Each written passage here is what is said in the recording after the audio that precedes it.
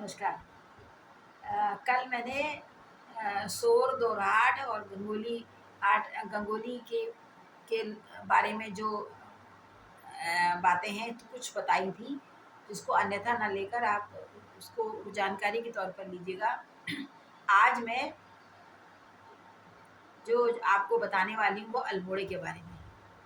अल्मोड़ा और नैनीताल हमारा उत्तराखंड का एक ऐसे ज़िले रहे हैं और कि वो सबसे अधिक वहाँ शिक्षा का सबसे पहले वहाँ शिक्षा का प्रसार हुआ और आधुनिकता जो आजकल की है वो धीरे धीरे आना शुरू हुई। तो उसी हिसाब से और वहाँ वो शहरी वातावरण था। वहाँ वहाँ थोड़ी दूर पर गांव देहात थे, खेती बाड़ी थी, किंतु मुख्यतः वहाँ की जो सभ्यता थी वो नगरीय थी। तो नगरीय सभ्यता में हम जो भी सामान होता है वो क्या करते हैं, बाजार से खरीदते हैं।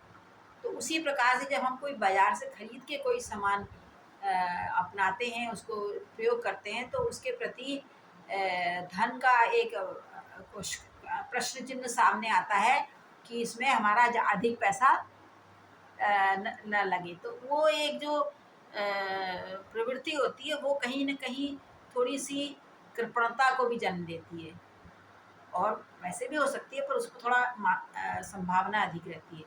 तो ऐसा माना जाता है कि प्राचीन काफ़ी समय पहले अल्मोड़ी एक मतलब अल्मोड़े के रहने वाली किसी लड़की की शादी गांव में हो गई। मतलब उसका जो पति था, उसके ससुराल जो थी ठेठ देहात में थी, गांव में थी। और गांव के लोग तो खुद ही मेहनत करके उगाते हैं, तो कोई पाहुना आता है तो उसको दिल खोल के खर्च करते हैं। भले ही उसमें बहुत ज़्यादा शिष्टाचार उस तरह का ना हो, दिखावा ना हो, किंतु वो इफ़रात रहती है। जो भी चीज़ उनके यहाँ होती है उसमें वो कोई वो नहीं रखते कि हाँ इसको बचाना है, क्या करना है। खूब अच्छे से उसको प्रयोग करते हैं।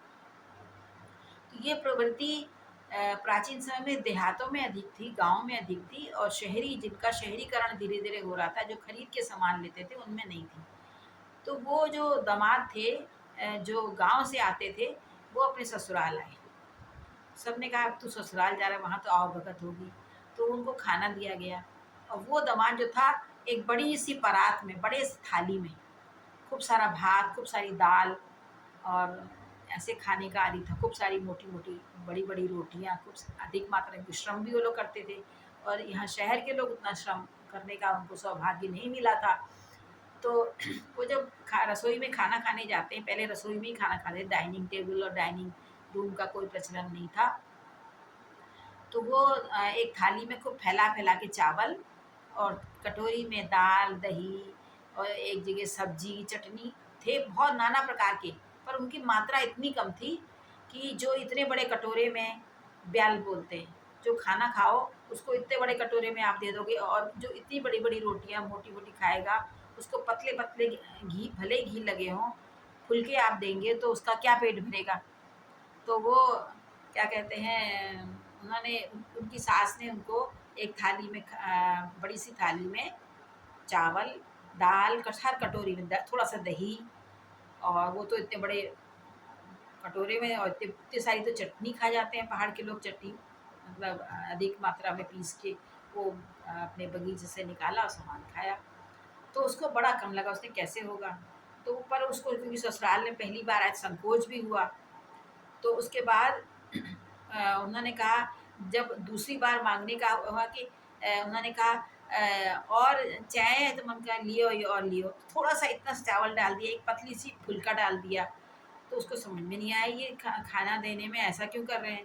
फिर वो चूँकि ससुराल में था, दूसरे घर में था, तो इसलिए वो कुछ कह नहीं पाया। अब रात में और दोपहर में भी ऐसा ही हुआ, रात में भी ऐसा ही हुआ, तो उसको तो आदत नहीं थी इतना कम खाने की। तो और चावल भी वो फैला-फैला के, ऐसे लगता था बहुत बड़ा फैला, थोड़े से चावल होता था उसको फैला-फैला के दे रही थी उनकी सास। तो उसके बाद रात में उनको जैसे कहते हैं ना, हमारे कहते हैं बड़ कौमाट लगो, मतलब पेट में चूहे कूदने को। तो उन्होंने क्या किया, क्या कहा, उन्होंने कहा कल भी ऐसा ही होगा। तो उसके बाद उन्होंने रात ही रात में उन्होंने अपना झोला उठाया और वहाँ से रवाना हुए, बगैर बताए। तो तब और उन्होंने कहा आग लगाओ, ये अल्मोड़ियाँ सत्कार अल्मोड़ी ने पौण की मतलब पाहुनाबाजी, मेहमान नवाजी। तो ये एक कहावत है, अल्मोड़ी ने जे पौण की बबो मेरे, ऐसा कहा जाता है। तो ये जो कहावत है, कहने का प्रचलन है, ये उसी समय से, उसी के लिए शायद ये कथा गढ़ी गई या वास्तव में हुआ। वैसे थोड़ा सा फर्क तो है, अब तो खैर नहीं है, पुराने समय में हमारे पिताजी भी ऐसा बोलते थे। तो इसलिए ये मैंने कहा कि बताएं आज के, कभी किसी संदर्भ में आपको ये जानना हो, ये जानकारी आपके काम आए, इसलिए मैं आपको बता रही हूँ। नमस्कार।